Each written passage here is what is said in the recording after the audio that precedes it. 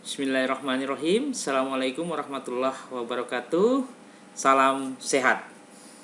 Pada kesempatan kali ini, di pertemuan pertama mata kuliah Manajemen Sumber Daya Manusia, saya akan menjelaskan kepada Anda semua pengantar mata kuliah dari Manajemen Sumber Daya Manusia itu sendiri, atau Human Resource Management. Nah, secara garis besar, bahasan kita pada pertemuan pertama ini adalah diharapkan sesuai dengan RPS itu adalah diharapkan dapat memahami pengertian dari manajemen sumber daya manusia dan ruang lingkup serta fungsi dari manajemen sumber daya manusia itu sendiri. Nah, adapun pengertian dari manajemen sumber daya manusia itu adalah manajemen sumber daya manusia secara harfiah merupakan paduan dari pengertian manajemen dengan sumber daya manusia itu sendiri. Nah, sedangkan secara makro bahwa manajemen sumber daya manusia ialah merupakan keseluruhan potensi tenaga kerja yang terdapat di dalam suatu negara atau daerah sehingga dapat menggambarkan jumlah angkatan kerja dari satu negara atau satu daerah. Nah, itu yang dimaksud dengan pengertian manajemen sumber daya manusia yang dipandang secara makro atau secara luas. Nah, adapun yang secara mikro ialah bahwa manajemen sumber daya manusia merupakan segolongan masyarakat yang memenuhi kebutuhan hidupnya dengan bekerja pada satu unit kerja atau organisasi tertentu. Nah, baik itu dari organisasi pemerintah maupun organisasi swasta. Nah, itu pengertiannya secara mikro. Nah, adapun menurut beberapa ahli di sini ada disebutkan menurut Edwin B. Filippo bahwa manajemen sumber daya manusia merupakan perencanaan, pengorganisasian, pengarahan dan pengawasan daripada pengadaan, pengembangan, pemberian balas jasa, pengintegrasian, pemeliharaan dan pemisahan sumber daya manusia ke suatu titik akhir di mana tujuan-tujuan perorangan organisasi dan masyarakat dapat dipenuhi. Nah, itu menurut Pak Edwin B. Filippo. Nah, ada beberapa banyak pengertian dari manajemen sumber daya manusia. Menurut Andrew F. Sikula bahwa manajemen sumber daya manusia adalah proses penarikan, penyeleksian, penempatan, indoktrinasi, pelatihan dan pengembangan sumber daya manusia oleh dan di dalam suatu perusahaan. Itu yang dimaksud dengan manajemen sumber daya manusia. Nah, ini ada beberapa pengertiannya juga, dan menurut Gary Dessler bahwa kebijakan dan praktik yang dibutuhkan seseorang untuk menjalankan aspek khususnya orang atau sumber daya manusia dari posisi seorang manajemen meliputi dari perekrutan, penyaringan, pelatihan, pengimbalan dan penilaian. Nah, pengimbalan di sini bisa juga dikatakan sebagai pengupahan gitu ya. Jadi secara umum hampir semua ahli itu berbicara manajemen sumber daya manusia itu ada yang menyangkut dengan perekrutan dan sampai kepada nanti di akhir ke penilaian. Nah, ini ada banyak pengertian-pengertian sumber daya manusia. Nah, adapun secara umum sumber daya manajemen ruang lingkup dari manajemen sumber daya manusia itu yang pertama adalah fungsi-fungsi pokok dari manajemen sumber daya manusia. Nah, kita ketahui bersama bahwa fungsi manajemen itu terdapat beberapa fungsi. Ya, oke. Nah, di sini ada yang pertama itu ada fungsi perencanaan.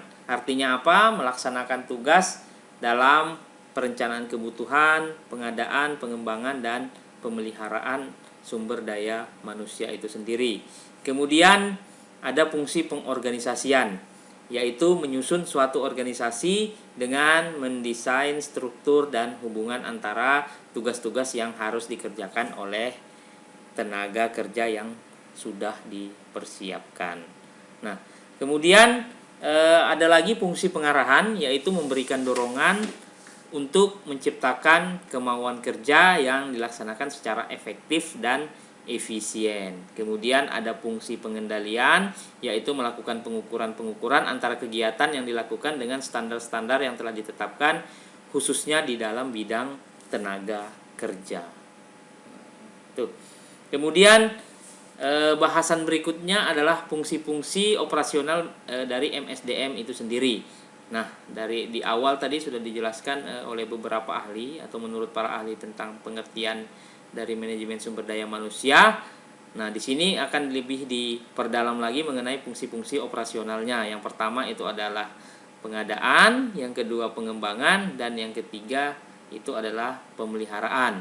Nah, di mana pengadaan sendiri dilakukan dengan tujuan untuk menentukan dan memenuhi kebutuhan akan sumber daya manusia, baik secara kuantitatif maupun secara kualitatif, dan di dalamnya itu meliputi perencanaan sumber daya manusia, penentuan kebutuhan tenaga kerja baik secara kuantitatif maupun kualitatif. Kemudian yang kedua ada penarikan atau perekrutan calon tenaga kerja atau rekrutmen.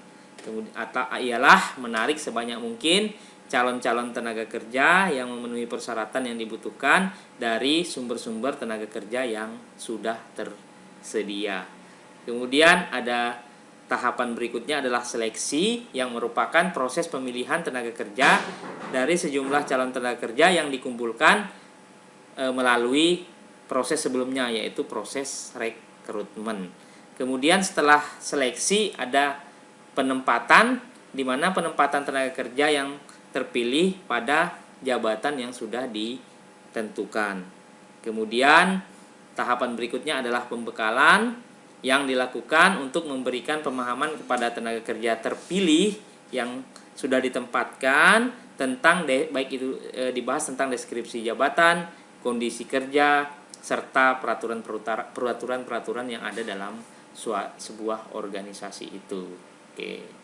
Kemudian setelah itu kelanjutannya adalah pengembangan yang bertujuan untuk meningkatkan dan mengembangkan kemampuan sumber daya manusia yang dimiliki sehingga tidak akan tertinggal oleh perkembangan organisasi serta ilmu pengetahuan dan teknologi.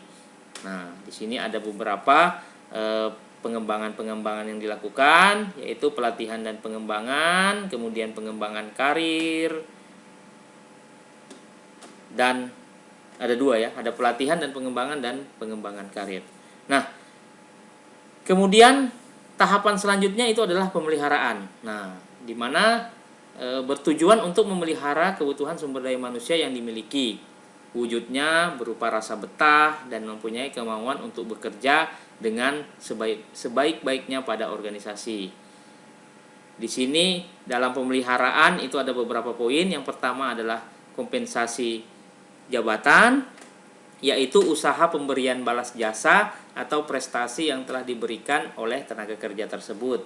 Kemudian ada namanya integrasi, yaitu menciptakan kondisi integrasi atau persamaan kepentingan antar tenaga kerja dengan organisasi yang menyangkut tentang masalah motivasi, kepemimpinan, komunikasi, konflik, dan konseling. Nah, dan yang ketiga itu adalah pemisahan atau PHK atau pemutusan hubungan kerja yang membahas atau menyangkut masalah pemutusan hubungan kerja itu sendiri. Berikutnya adalah ruang lingkup manajemen dari sumber daya manusia itu sendiri. Nah, adapun ruang lingkupnya, yang pertama adalah fungsi-fungsi dari manajemen sumber daya manusia. Nah, di sini bisa Anda lihat ruang lingkupnya mulai dari pengadaan, pengembangan, dan ada fungsi operasional dan subfungsinya. Nah, ini silahkan Anda pelajari. Kemudian tantangan dari manajemen sumber daya manusia itu sendiri. Nah, secara umum tantangan dari manajemen sumber daya manusia itu ada tantangan organisasional yang terdiri dari karakteristik organisasi, serikat karyawan, serta sistem informasi. Nah, ini ada karakteristik dari suatu organisasi, kemudian serikat karyawan atau serikat buruh, serta sistem informasi yang berkaitan dengan teknologi. Nah, kemudian tantangan eksternal itu juga dipengaruhi oleh beberapa faktor. Yang pertama itu tantangan teknologi, kemudian perekonomian, kemudian ada politik dan pemerintah juga berperan di situ di dalamnya, kemudian ada demografis dan geografis, kondisi penduduk dan kondisi wilayah, kemudian juga ada sosial budaya. Nah, itu juga mempengaruhi tantangan eksternal dalam manajemen sumber daya manusia. Nah, itulah beberapa poin yang ada dalam materi pertama pertemuan mata kuliah manajemen sumber daya manusia.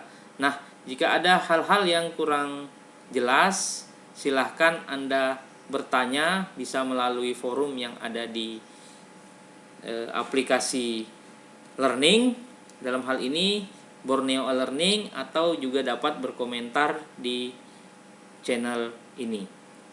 Demikian saya akhiri, billahi taufik wal hidayah. Wassalamualaikum warahmatullahi wabarakatuh. Salam sukses dan salam sehat untuk Anda semua.